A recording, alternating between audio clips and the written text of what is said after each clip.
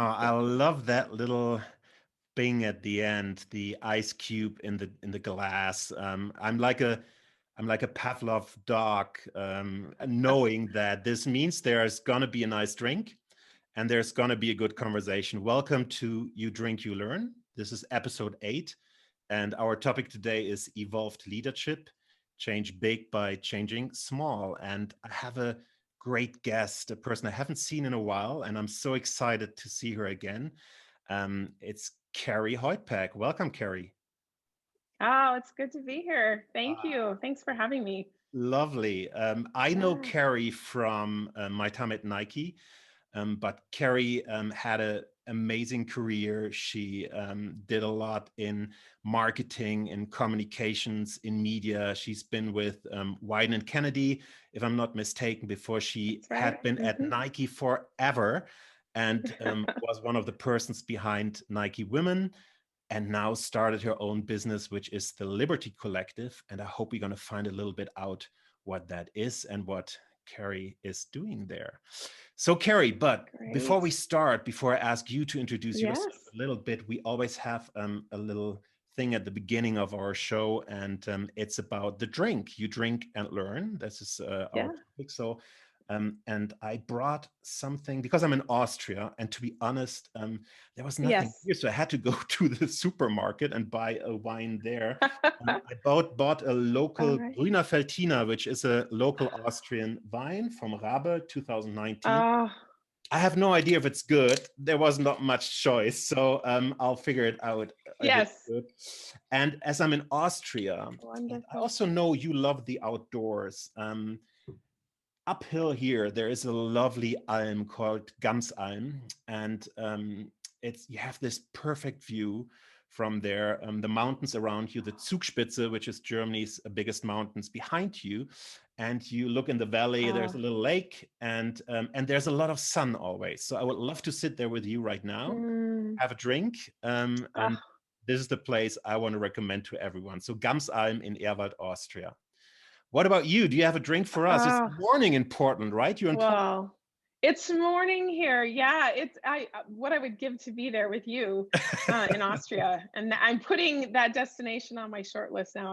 As you know, I love to travel, so I'm drinking green tea. It is morning in Portland. However, where I would love to be is actually with you at some cafe somewhere in the world. You and I were lucky to be able to travel to many places in the world. And I would probably pick either Paris because we shared that together on some trips, just sitting on the sidewalk next to each other, closely catching up the way that the Parisians do. I love that. Or in Germany or Austria, because I would love you to show me your country. And I had that experience with you in Germany, and I would love to be back there. It would probably have to be a cider or a beer, though, right? Or a beautiful glass of wine. So, So Kerri, yes, whenever you feel, it would whenever be amazing. travel is possible again, whenever you feel like coming here, Yes. you're invited, and I'll show you around, and we'll spend a good night together Oh, and have some good food and drinks. amazing. So, cheers! Oh, great. Berlin is one of my favorite places. So cheers to you. Thank you. Thank you for being here. Wonderful. Hmm. Kerri, so we know each other quite well, but a lot of our listeners don't know you. So maybe you can give them a quick introduction. How did you become the Kerri you are today? And maybe there were some, I don't know, special occasions which were important to you, moments or people who had a certain effect on your career, character building, and yeah, maybe you can introduce yourself a little bit. Sure, I'd love to share a little bit of my background and my journey. And we were talking when we were connecting around this and talking about how we realize in life now at this seasoned age of experience that it's not necessarily about getting to somewhere, it's about recognizing where you are. And I've had so many amazing experiences that were really pivotal in creating, who I am today. So I started in the world of advertising. I was really lucky to work for some great brands and great agencies, including Wieden and Kennedy, which is, I would say foremost in the world of storytelling and brand building and just independent leadership, right? and dysfunctional in some of the best ways, but just pretty amazing to help shape my just perspective on how to connect with people, right? And that was through the lens of advertising and consumers and storytelling, really, and emotion. And of course, was also lucky to do that through the brand of Nike. So that's when I started at Nike, was when I was at Wyden. I took a detour for 7 years to live in Southeast Alaska, off the grid in a little village of less than 20 people. And I don't know if Really? we ever talked about that. No, I didn't know. Yeah, so I left. So when you say I'm a fan of the outdoors, it's really true. Yeah, I spent 7 years running a wilderness kayaking lodge in the summers, and then I consulted in the off season. And that's how, you know, I was the breadwinner. We made a living as a family, as I would work for Wyden or Nike on the off season and consult. So, and that was on a radio dial-up phone at the time. There was no fast speed internet. 7 years later, when I left, there was a satellite internet, which helped. But yeah, and then it was an incredible experience. Amazing to be on the water and live by the tides, and and my 2 daughters were born while we were there. And then I left. I had the call from Nike to come and work and join sort of that client side experience, and it was such a great decision. It was hard to leave the wilderness behind, but I had 2 daughters, 2 and 4, who were becoming a little too. Well, there was no other children in this village, so it was important to get them out and socialize. That's a really important part of being a human, as you know, as we've all experienced in this last year of COVID, of the importance of socialization. So we left, and I started what would become a 15-year journey with Nike. And it was careers within careers there, as you know, as well, and learned so much. Ultimately, moved into a bigger marketing position, leading and launching Nike Women, which was probably the most pivotal career experience, except for what I'm doing right now in my life. And such an honor to not just, lead business and a brand like that was, sort of bringing a new dimension and opportunity into such a storied, important consumer brand like Nike, but to actually lead people and to take people on this really daunting, it doesn't sound like it, but boy, it was a challenging thing to do. And I had such an incredible opportunity. Not only my team, I led the global marketing group for Nike Women in Beaverton, but also, as you know, from our Nike days, the greatest honor was being in territory with people like you. And being on the ground and talking and connecting and working with, and we were led as much by the people on the ground as they were by us, and to build something like that together was really powerful. So that was an amazing experience. And then the last couple of years at Nike, I led integrated retail marketing, which now we look back and it's like, well, of course, digital commerce was coming fast and hard, and questioning the state of physical retail. But that was, again, a very challenging position, but something that I grew into and grew from in a big way. And then 3 years ago, I made the decision to leave, and that was my decision because I really felt, and we can talk more about the whys and the hows of what I'm up to, but I was not satisfied with how, just in general, the world was not just accepting, tolerating, but celebrating certain styles of leadership. And I felt like we needed to drive a change. At that time, 3 years ago, if you will remember, the Me Too movement was just blowing up, right? Yeah. No industry spared. Some really just stunningly sad and hard realities and truths that we all know had been there for a long time, but that were coming into the light. And so that was happening. And of course, now we know we have then moved into a time of real awakening and about time around racial injustice. And so that intersectional perspective on equity and how we drive change, started to really shape what I was up to. And so I started out with that beating heart around growing women leaders. And that continues to always be right in the center of my heart, But as I got into this work of changing leadership norms, what I recognize, it's for all, by all. And also you really have to focus on the terrain Yeah. the norms, the culture, if Yeah. you want to grow great leaders, right? And so I've shifted now, widened, and then also narrowed in a way the focus of what I'm up to. So that's what I'm doing. And it's a startup, it's my own business, self-funded. If you would have told me 3 years ago I'd work without a paycheck for 3 years, I would have been like, are you crazy?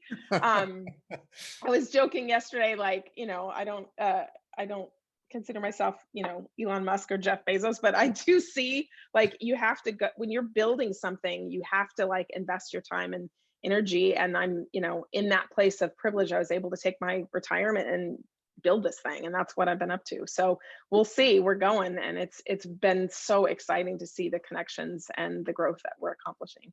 It's Ah, really cool. well, thank you so much. Thanks for the roundup. And I can just say, and this is It's a why I'm so lot. excited.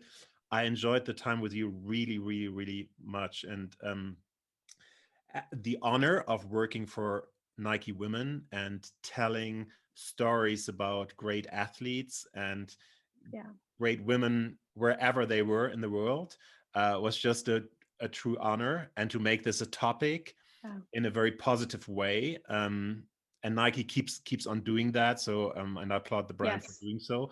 So I do too. and I Yeah. think you and the brand, as always, they have been on the forefront. And now a lot of other brands are doing it. But Right. great job. I enjoyed this so much. So let's Yeah. see what else I'm going to learn from you today, despite the Alaska All right. thing.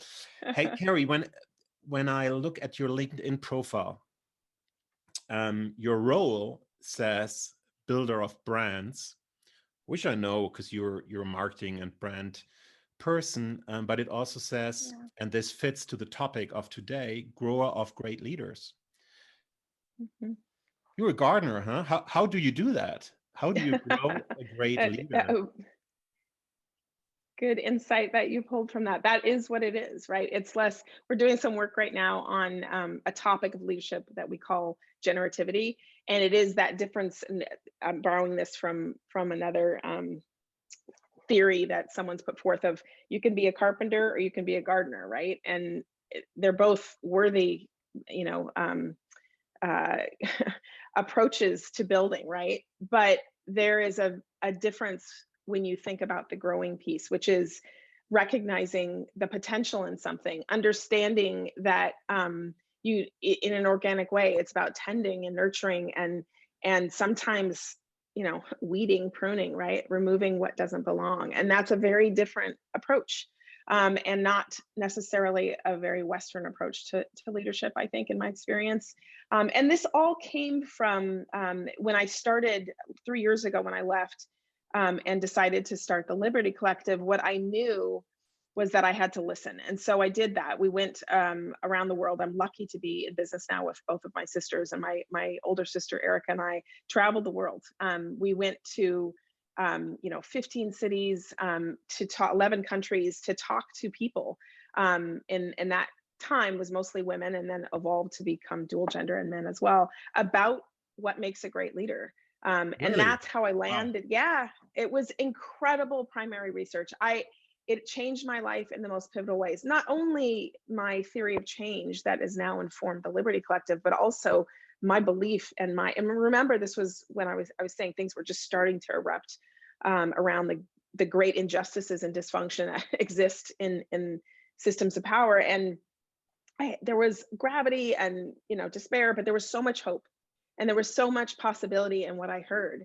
And what we did is we distilled all of that. And, I'm a good marketer from my days, and I understood the power of quantitative and qualitative data. And so we boiled this all down, and we came back with this distillation of these 12 qualities of what we consider a great leader, right? And so, Wait. yeah, Before we go there, yeah, if okay. someone tells me she traveled 20 cities around the world. 15 cities, 11 countries. Yeah, Okay, sorry, 15 cities around the world, and had yeah, conversations in all these different yeah, countries about leadership, I have to ask, what did you learn? Well, you're probably gonna tell me with yeah. the thing you built, but No, I'm give me glad some you said stories. So though. what Yeah, yeah, any similarities, any big differences, any?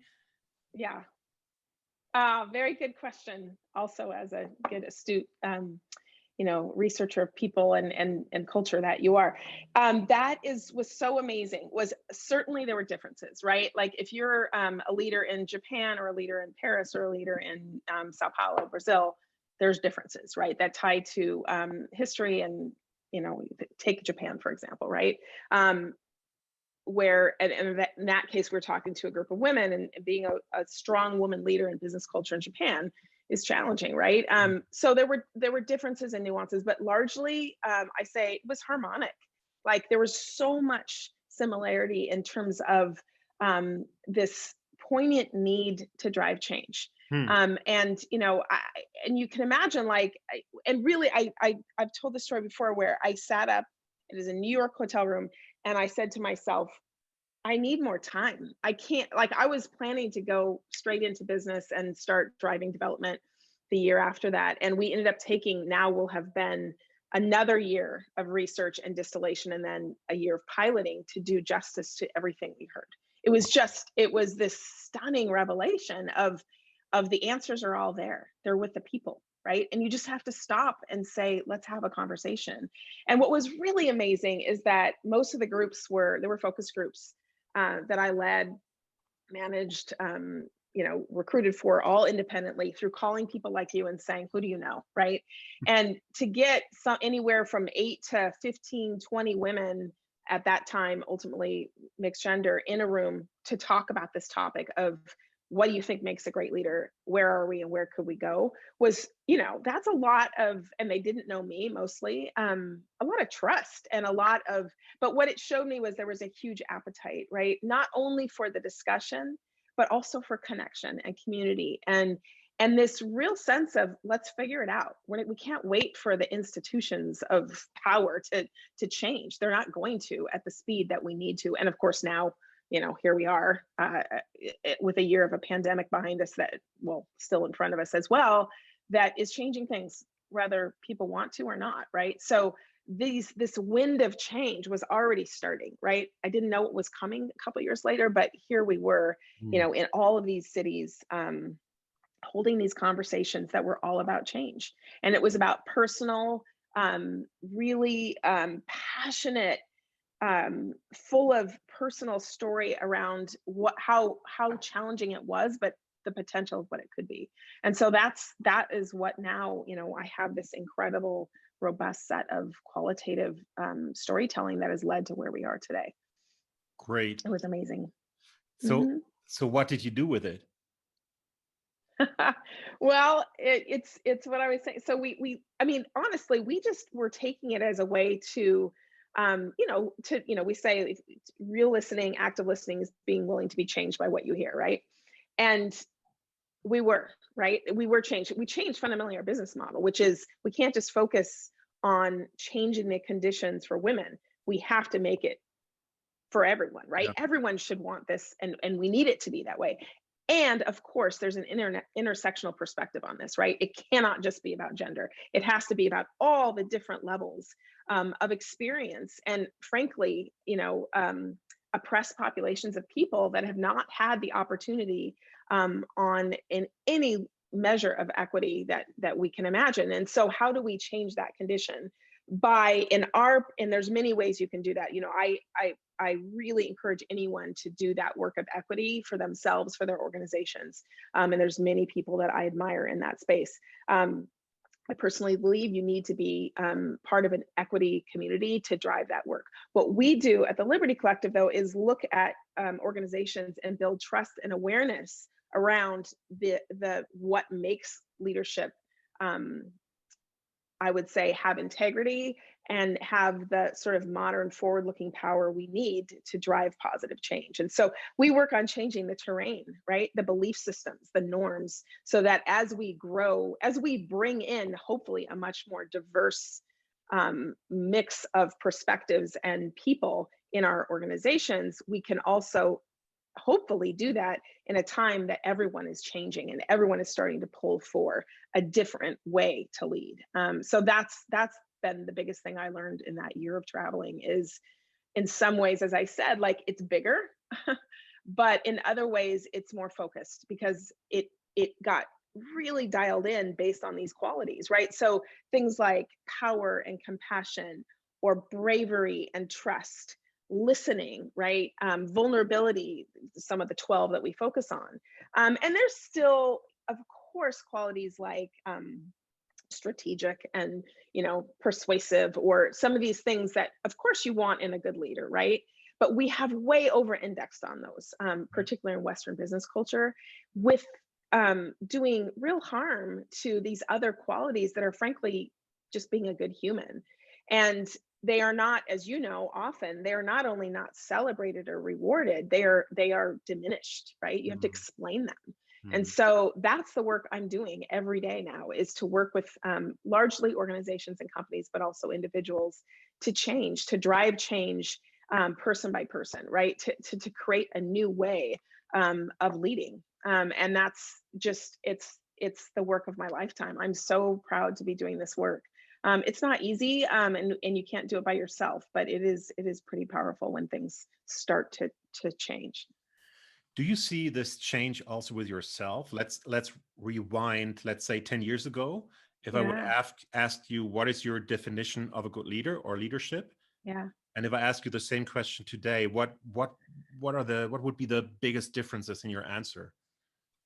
It's a great question. I think it would be different. I think it always was in me. It was in my heart. Yeah. I was known to be a pretty benevolent leader, but I think I was part of the reason, I've had my own share of health challenges, breast cancer, other things. And some of those things are brought on by stress. And some of that, I think, comes from a schism that can happen between what you believe is right and what is accepted, right? And so you get into this conflict of how to move through very powerful worlds and stay and keep the integrity of who you are and what you believe, while, understandably, you're trying to manage through what is accepted. And again, this is I think I have more kindness too, whereas like 3 years ago, I was really frustrated by things. I understand now, not to excuse it, but this is 1,000+ years of, you know, expectations Yeah. of power and how Yeah. it's held, right? And so, and of course, that has benefited largely white cis males, right? Like around the world, but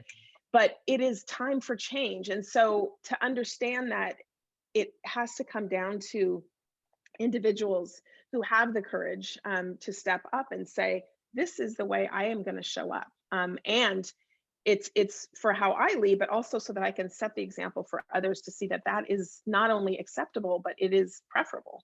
But it's not an easy thing.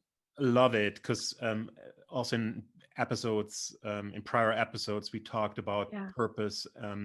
We talked Mm-hmm. about, if you, and this is something I truly believe in, if you want to be a good leader who builds trust with your team, you first of all have to know who you are.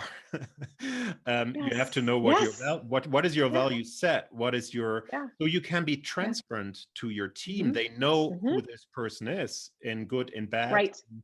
So, Yes. and you don't have to be someone. You just have Right. to find out who you are or who you want to become, and then act Right. like this. And for that, it's That's right. easy to write it down. And Right. it's a tough work. It's not easy Yes. because you're working on Uh, yourself. But it's yeah. and if I understand you correctly, that is something you also do. And a lot Mm-hmm. of people then tell me, well, but my world is KPI driven, but it doesn't Mm-hmm. matter. This can still be, this is still there. There It's is still still, there. performance is still a big part. It has Right. to be. We're in a business Yes. world, strategic Right. thinking, but there are Absolutely. other traits you figured out during your research, which are important as well. Right. Can you give me some of them? So what are Yeah. And traits I mean, for? you mentioned values. So it's, as we've done this work and now we've had a year of piloting it, which has been, you don't know till you know, right? You got to go, you got to do the work to really learn. It's one thing to have a theory of change, a point of view, even curriculum, which we have now. It's another thing to actually, get in the trenches and do that work with people and develop teams and individuals. And now Yeah. we've done that and learned. And so one of the things that has happened is, and I'll get to your question, I promise, is we had planned to do this in a way that I learned at the crawling in my early days at Nike, is blow people away with story and immerse them in new thinking. And so our original business model called for full day, 3-day immersive, because I believed at that point to transform a team or thinking, you had to just sort of like do it in that very Nike way. And what happened is COVID came to town, right? And suddenly we couldn't do that. So the client we were working with at the time, we expected them to say, all right, we'll see you in a year, right? Mhm. Let's come back and do this work later. And in fact, they said, no, quite the opposite. We need this work more than ever, but we just need to change the way we do it. So what we did is started to do lead sessions. And now this has become our model, synchronously over Zoom. And we take a topic like values or bravery, and we teach it, if you will, in what we say is 4 acts. So listening in 4 acts. And so that's 4 weeks of a couple hour Zoom calls where we get a group of people together, and we share theory, but we spend a lot of time connecting around a topic and talking about it individually and also through teams. And in doing that, we build trust, we build community, we build connection, which is a huge part of what we do. But importantly, we do that through this lens of changing people's belief systems around leadership. And so, every topic is in 4 parts or 4 acts. And then what we do is we couple those into a set, because we've learned that a month of meeting once a week is not enough. So our arc of learning is typically spread over 8 weeks. And we take the same team every week for 2.5 hours to go through a topic. And so to get to your question, for example, values, we partner with trust, right? And so you spend 4 weeks on values and 4 weeks on trust. Something like we just wrapped one that was 4 weeks on power, followed by 4 weeks of compassion, right? And when we say power, we don't mean necessarily the power that we know, it's rethinking power. When we say bravery, we're not necessarily saying the bravery charging the hill with a sword. Bravery can look and feel very differently. And in fact, as a culture, we haven't even had the eyes to see it, right? Like, how can bravery look different? How can power show up differently? As leaders, let's be sure we're seeing that. And then how do we cultivate that? Back to your growing analogy, like let's shift. And this gets back to your question, Dirk, of real scrutiny on myself from 10 years ago, and largely through the equity journey I've been on, is I realized how through dominant culture of business and leadership, I was wired around a way of leading, a way of moving process and even developing people. And I've had to unlearn some of that to have a more equitable, diverse perspective in what I do. And not only in myself, but to be able to foster that and nurture that in others and find the voices that may not be heard, right? How do you do that, right? That's part of our jobs as leaders. Yeah. It's been a real shift for me. I mean, I'm 53 in about a week. And I, had never in my life thought I would be continuing to grow and learn and change as much as I'm doing in my, 5th decade of life. Like, it's pretty powerful. It's really amazing. I wouldn't want to be anywhere else, any other It's age, great. any other time. And you look super happy. So that, which for me at the end, if you delete everything you just said, for me, the biggest question at the end is always, are you happy? Yeah. So whatever you do in life, whatever, is it your, whatever you do, are you happy? If you're happy, you're doing something right. And you can always. It shows, doesn't it? It shows, right? Yeah. You can see it. I mean, I've seen you also in very stressful times, in difficult times. But you always look great. Don't get me wrong. No. You can tell if there's tell tension or. But there was illness in me at a time, right? Like it shows. Yeah. That is called inflammation, right? And it pops out in all these ways. Your body will stop you, and if you're not living with integrity, especially, it will stop you. So as the topic is changing big, but changing small, is this what you're doing? Yeah.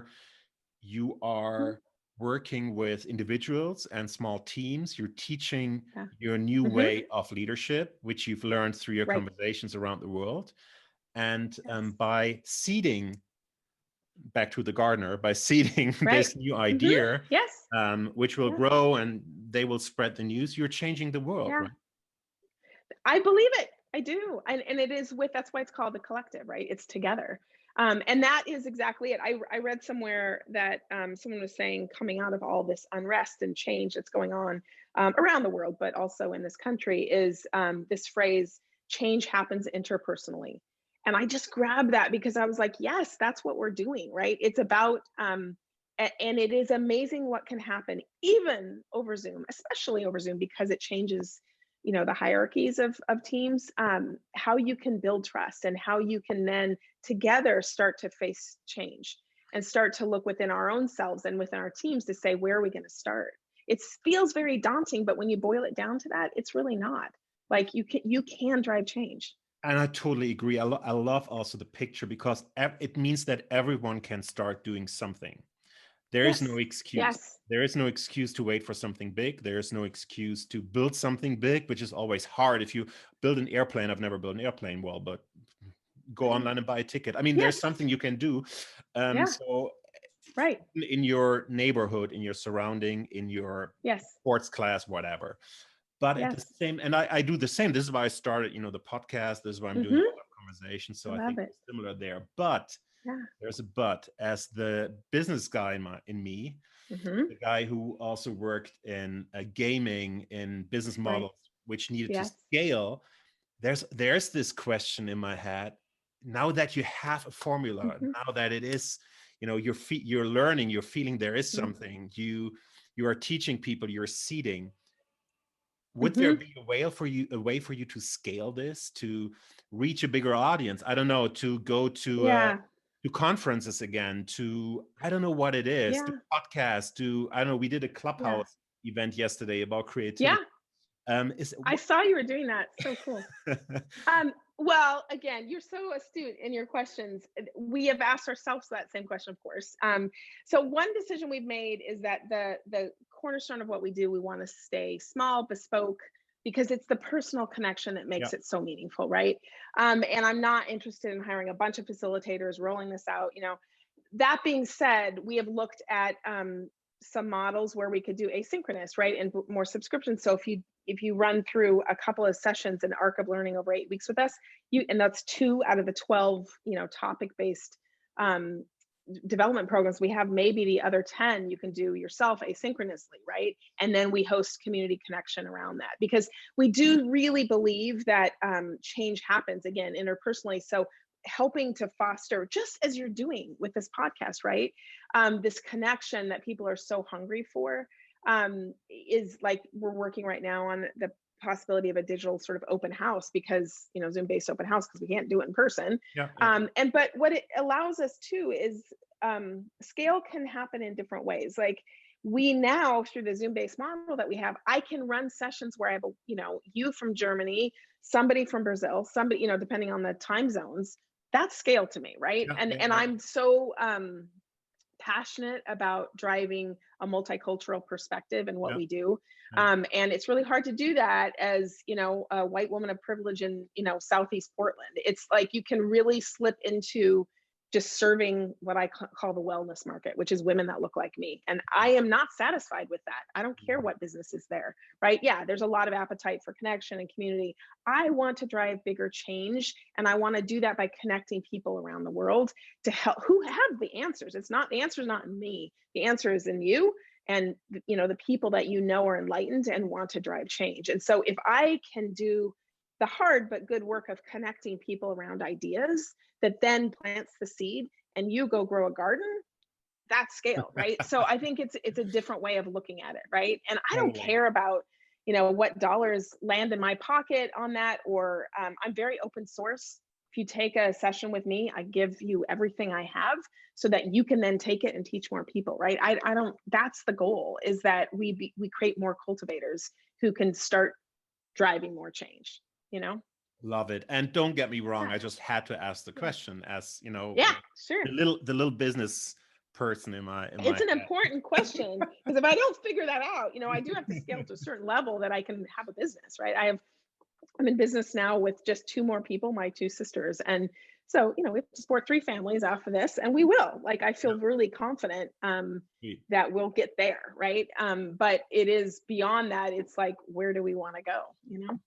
In your conversations with your clients, with the people who are in businesses right now, what are Mhm. obstacles you see in their ways to change? Is everyone willing to change? I mean, if they're coming, they're willing to change, but Yeah. coming from an organization, there are 300 people in the team, some older, some Mhm. younger, some want to change, some don't want to change. How Right. do you feel obstacles sometimes? Is it working well? Is it not?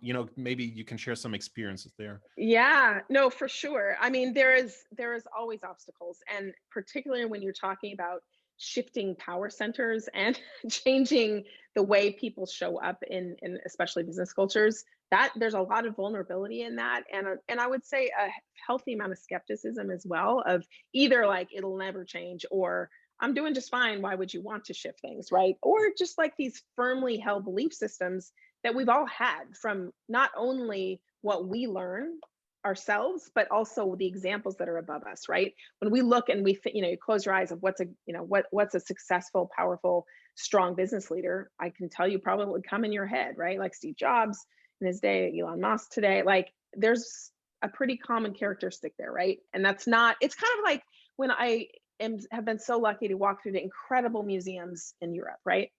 And it is one of my favorite things to do, as I don't know, we share in that. Because there's stories all around you, and there's not only the stories of the painting in front of you, there's stories of the painter that painted it. But what do you see? You see 95% of that art, for the most part, depending the city you're in, white men, right? Like, that doesn't mean that 95% of the talent is held by, it's those are the people that had the privilege and the space and the endorsement, right? And I think the same of leadership. And it's not to discredit someone like Monet, of course, right? Incredible person that changed the world through his artistic expression.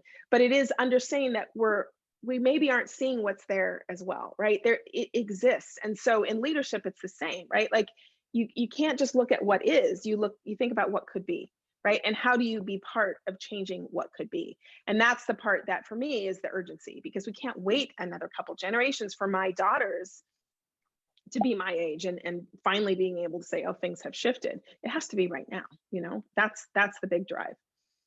We also have some younger listeners, which they are Mhm. at more at the beginning of their career. Yes. And I'm going to share a question I was asked not too long ago, by a person who wanted to do the next step and become a leader. And Hmm. this person asked me, I want to become a leader. What do I need to do? Which course do I have to take? As Yeah. in every company, you have, like, if you come to a certain role, you get into the leadership Yeah. course. And for the most of the people, this is the moment when I Right. am able to join this first leadership course session where you train some of the Yeah. basic, I don't know, Hmm. active listening or whatever is in the course. Hmm. This is the moment Right. when they feel, now I am a leader, right? Now I made it. And Hmm.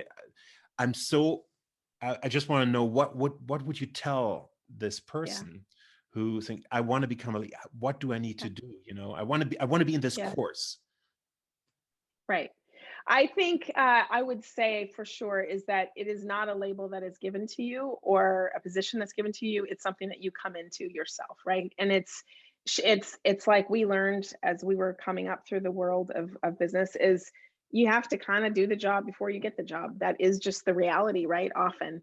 And some of us are judged on potential more, or performance, but it is showing up in that way. And I don't care if you're 18 years old, right? Like, yeah, you have to have a few gray hairs, I think, sometimes, whether they're on their way or they're there to really lead people and process at some point, because you've had experience. But I don't know, I mean, a big part of what I do is multi-generational, and I have seen 75-year-olds learn from 22-year-olds, and the other way around, of course, as well. And I don't think either one of those dynamics we give enough space or reverence to, right? I think we dismiss the younger generation as like, you have to earn your chops, and you have to get through, you have to fight all these battles before you can be a leader. And then I think, frankly, we discount people over the age of 55 really, as like, and it's like we're missing these massive opportunities to not only see leadership in both spaces, but actually mix them, right, and allow this cross generational just perspective. And what's really interesting in both of those, like I sort of call it like um shoulder seasons of age, is that the point in the middle, if you just want to call it about demographics and age tied to experience, that's where we focus most on growing our leaders. Well, most of the time, that's the time you're the busiest, you're the most, you might be starting a family, you might not, you're trying to build your career, you're partnering potentially. Like, why do we squeeze all of the expectation into that one pod of people? Like, let's share the burden a little bit, right, of those shoulder age groups. And then you put the intersectional lens, of course, of so many people that we have like actively oppressed out of the system. And suddenly things get richer and more interesting. And so what I would say to that young person, and in fact, my older daughter, who's 21, just applied for a position at the Met in New York for a summer internship. Wow. And I was so impressed with her application. She sent it to me last night, and I was just like, wow, Hadley. It was so well put together. But like, she is a leader. She's a leader. She's a college student. She's currently a clerk at a grocery store, but she's a leader, right? And so I don't think it's something that you take a course or you get a certain salary or position or band level, if in our old days. It's how you are showing up. And believe me, for the young people listening, people notice. If you start to show up that way, and you're self-oriented, if you're doing it for external reward, that is not integrity, right? A personal integrity. If you're doing it for your own self-satisfaction of wholeness, and showing up in a certain way, that's what starts to ripple, and people see it. It's gravitational. People will want to be around you. They will want you on their team. And then suddenly things start to shift. Now, I can say that, and it comes from a position of privilege. Obviously, not everybody has the network, the opportunity, the education, the oxygen in their lives, financially and otherwise, to be able to be in those positions. So I'm not diminishing that, but it helps to start to show up and lead in that way. Thank you. I agree. I Mhm. always Yeah. encourage, especially, for example, interns, to knock at my Yes. door, to knock at every exec's door Absolutely. and introduce yourself and ask if you can Yes. help. And if you have an idea, share Right. it. There's no risk. This is No your risk. chance. And the more you do that, the more your Mhm. name will be remembered. Right. And this will be your Yes. door opener for maybe a great project, and maybe later for Yeah. a role within the company.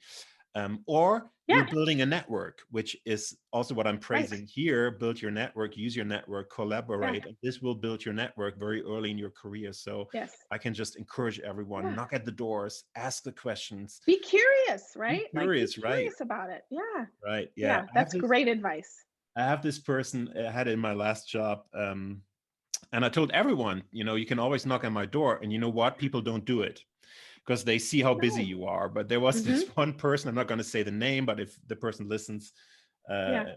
probably knows who I mean. And he knocked, and he said, oh, you came from Nike. I want to learn. I want to know so much Mm-hmm. stuff. And he asked me questions and questions. And we spent the first Yeah. session, we spent 2.5 hours together, and I shared.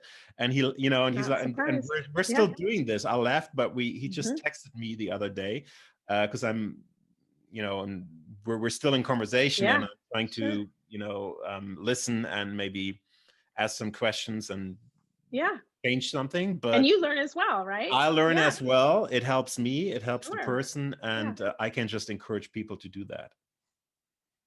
Yeah. And I think people are so nervous about doing that. But what I always say is, you'll be amazed. Yeah, you might get 8 no's, but the 2 yeses you'll get, people will be so like generous with their time and energy, because they want you to succeed. They recognize that spark of curiosity and passion in you, and they want to fan that flame, right? So find the Dirks that are going to do that with you. Like, Yeah. but you have to ask. You can't, it's not going to come to you, And even the 8 no's you get, Yes. they will feel hard, and you will probably be Yeah. down. But I tell you, I can just talk about the Nike time without telling Yeah, secrets. There are sessions sure. where you talk about performance, when you go through Yeah, potential characters for the future, about mhm, high performance, high potential people. And if you are the person who knocked 8 times on the door, even with the people who said no, they will know your name. And when your name yeah. come up in such a Yes, they session, it will. will be helpful. So that's a Yes. recommendation I would Yes, give they to. care, they're curious, they're taking their time to learn. I have a learner on my team, right? Whether the answer is a no or not, it's a learner, right? And I want that. I want somebody who's going to have that. So that profile, and you're right, as leaders, we have so much opportunity to maybe not bring that person in for the current thing, but to recommend them for the next thing. And so, yeah, I think again, we've done a disservice, I think, to our young people, and like they're so goal oriented, which is great, but I don't think people often see the bigger picture of opportunity, because it's not, there's so much reliance on immediate satisfaction and gratification, largely through social media and other things, that everything comes to our door. It's on demand, but life isn't on demand. Like, you have to kind of let it kind of flow a little bit and trust in it. And so I think there is a people's appetite isn't quite matching sometimes the reality, but they're potentially not seeing the bigger picture of what's coming. Um, is there in the sessions you had, in the small changes you generated, is there one you're Yeah. particularly proud of? A person or a change you've seen, or a step which someone took, or Yeah. even a group took? A aha moment, one of Yeah. those. Uh, is there Yeah, something you? there is. There's a couple. I mean, there's so many. I have this like I call it the beautiful burden, right? Of these just people with their stories and what they shared. And so I could certainly go back to all those years on the road, that year on the road, and the stories that were shared. But I'm thinking about this last year of piloting our work, and there was one um, group where this person shared a story. We were talking about courage, right? Kinds of courage.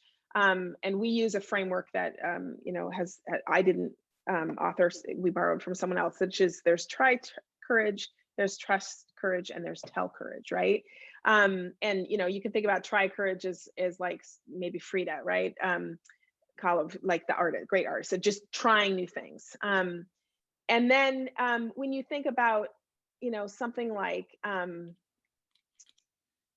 tell courage, right? Like, tell courage is just having a voice. Greta, right? Thunberg, like, she has tell courage, right? Here's this young woman, who actually didn't, she didn't speak, and because of her own, walking through life, and how she was choosing through her own situation. And then suddenly she found this voice, and not only a small voice, a very big voice, to change the world through climate change. And we were telling some of those stories in one of our sessions that was focused on bravery and listening. And this woman told the story of tell courage, where she actually spoke up in a really big session where she was very vulnerable. And at the time, people didn't support her, right? And looking back, I think everybody in the meeting was like, she did the right thing. And so I was so proud to build the trust to be able to have her share that story, and not only see that, yeah, I did it the right thing, even though it didn't feel like it at the time, but also the incredible light bulbs that went on over many people's heads that were part of her team, who said, wow, I had the opportunity when this person used their tell courage to kind of step in Hmm. and also find my courage to support that voice. And that to me was like, that's change, right? Even it's just an awareness of, you don't have to wait for the big moment, right, to lead. It's all around us. It's in hallway conversations, it's in Zoom conversations, it's in just this chance to see people and support them in their endeavor. And it might just be what you think is a small moment in a meeting, where you can revert quickly to either group think, or you have your own fears, and so you sit back, right? And it's like, no, find the courage to at least acknowledge that this person found their voice. So that's one example of many of this personal, vulnerable, but an opening of change, right? Like that drives a possibility of a new way to think and lead. Amazing. Thanks for sharing the stories. Yeah, Uh, it's so good to talk, and you've learned I so much know. the last It's years. It feels wonderful. like it's like a fountain, right? So much stuff is coming I know. out. There is. I know. It's I there's I'm so passionate about it, and which is a great sign, right? Like it's just this like fountain, as you said, of just eruption of opportunity, and I want everybody to be part of it, you know? Yeah. um, so again, to the listeners out there who maybe have a challenge to start small, and they, every time with Yeah. change, it's hard to find a beginning. It's hard to do the first step Hmm. and then to make it a habit. Right. Um, do you Yeah. have any recommendation for the business and, well, for the people out there, not just in business, but who are willing Yeah. to drive change, but they don't know how right now in their business environment or in their teams, and still maybe are stuck in an older thinking, and but they want to drive change? Do you have a recommendation on how to do that? I do. I think it's a really good question. I think for so long, we've been, it's not like we had any lack of diversity training in our experience, right? Or inclusion training, right? Like that's been sort of like the thing for the last, 5 years or so. Has it made the difference? I don't think so, right? And I think the problem is that you have to drive change in personal, meaningful ways, and you have to stick with it. It is not. It's a forever marathon. It will never end, right? So you have to kind of reframe it, and it's not this notion of, okay, I'm gonna fund this training program for 2 times a year. And no, it's about how you actually show up differently, how you and how you model, how you celebrate and reward sets an example for other people, right? So I think that easier said than done. I do think you have to start with the perspective and shift perspective. So this theory of change of like, where are we now and where do we need to go? You need to spend some time with yourself and your team reconciling that there's a pretty big mountain ahead of you, right? And then you just have to start taking that first step up the mountain, right? Like no matter how heavy the pack is. And it is that like that thing of like, let's, and it may not be in your lifetime, right? Like, and I think it's one of, in my experience, the C-suite level, the biggest problem with so many organizations is by the time you get to that level, maybe even a rung below, or especially a rung below, like you're pretty much concerned about your preserving your own legacy, right? And if you pull that curtain back to do this work, it's not pretty. It's not. It's not easy. You're going to find stuff you don't want to see. You're going to have vulnerability for yourself, as well as your organization. If you're in your, latter stage of your career and you're leading at that level that has power attached to it, that's a responsibility. But what you have to let go of is that it's all going to be this pristine, beautiful career track record that you can though, retire onto your life of whatever you want to do, right? Like maybe your legacy is that you opened it up, you popped the can open and started to drive change, right? And Yeah, you may not leave it all pretty and beautiful, right? yeah, But that's okay. But it's going to take a lot more of people like you, who see that as the work instead of the work being, the optics of this short term, what is applauded by Wall Street or whatever, like that's a different way of thinking. It's not egocentric. It's much more of sort of servant steward, what we call generative leadership, which is actually caring for what comes after you. Very different way. They're very different great. approach as a leader. Yeah, yeah, I would agree. And I come back again to the point on finding out what your own value set is. I think this is Right. crucial. So for me, Yeah. I did this, and for me, it's now the filter. So when I realize things are going against my, well, you have company values, but what about your own Right. values? So and Yes. whatever you do to Yes. in yourself and integrity, Yeah. act with integrity, you have to be in Right. part of your own values. And Yes. if you're going outside that, that's not a good sign. So I think this is the first homework I would ask everyone to do. And Yes. second one, and it Yeah. doesn't matter on which level you are in the organization. It's funny, I was standing in front of the bookshelf and was looking at some books Hmm. I've read years ago, and I took out Yeah. one which is like, I think, 15 years old. It's Leading Change from Kotter. Uh-huh. I don't know if you know it. It's like a Harvard. Oh yeah. Yeah. It's I old. do. It's an Yeah. old book, but Hmm. it's still true. The ways on how you drive change, you know, and one part at the beginning is find a coalition. So, and it doesn't Right. matter on which level you are. I mean, to change an organization, it has to come from top. So the people who Yeah. have the power, who can change, they have Right. to be in that. But I truly believe in changing small to change big. If Yes. you are in a company and you look for like-minded people who want to change something, I think you Right. can do it. So Yes. look for a coalition, look Yeah. for people who think the Look same, for, and just start acting. Just start acting the way you want to right. and see the company to be. And I think by doing that and celebrating this, you will make a difference. It might take longer, but you will make a difference. Yes. I completely believe that. And I think you're right. You do have to look for a coalition. You have to have partners in the work. You can't do it on your own. You can't be an island, you know, which is part of how this leadership is, right? Like letting go of that ultimate, like I'm at the top of the pyramid power thing. It's like, no, my power is in the partnership and the connection that I have. And I don't have to have all the answers, right?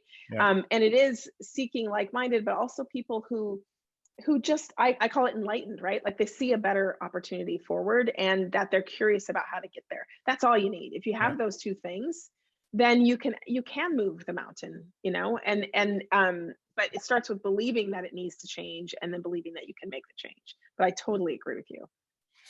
Oh, amazing. Thank you so much, Kerri. Thanks for sharing all Yeah. this. I again Oh, learned it's a been a lot. great morning. I learned And that I did as well.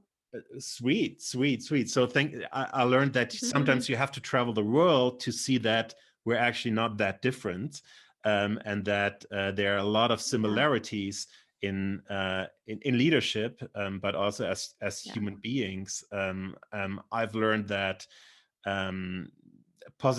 everyone can drive positive change. It doesn't matter on what level you are.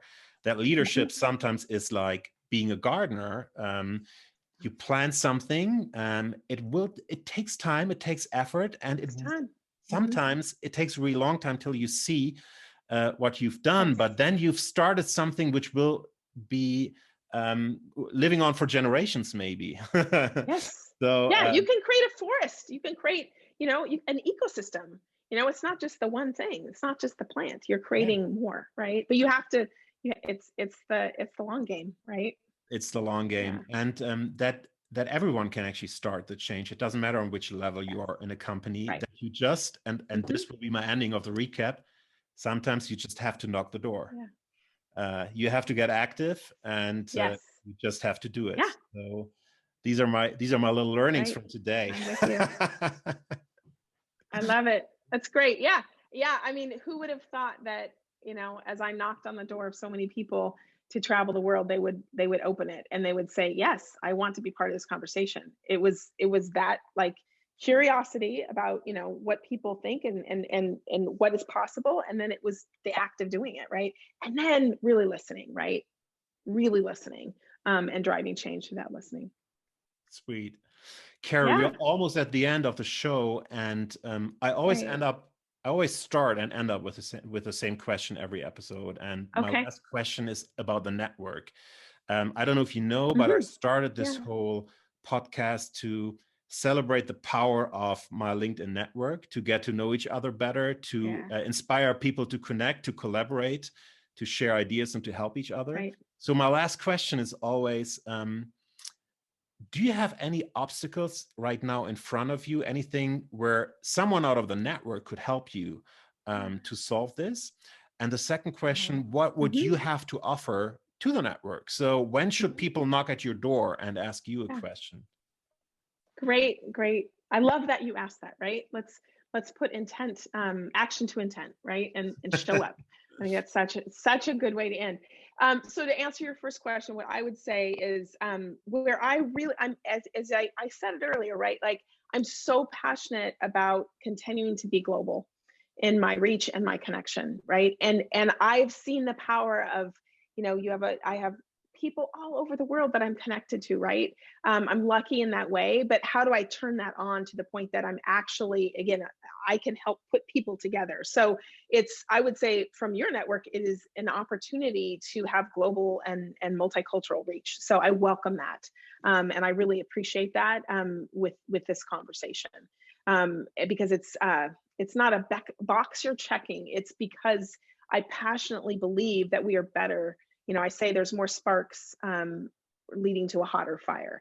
And part of those more sparks is where you live, and you're from race to language to culture to family. Like, that makes us better if we can create different perspectives and welcome them into this conversation.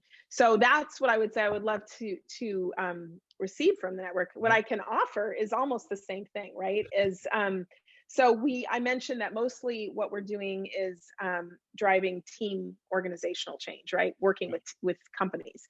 But we also are reserving a certain amount of time every year to do multicultural, international, global workshops of individuals.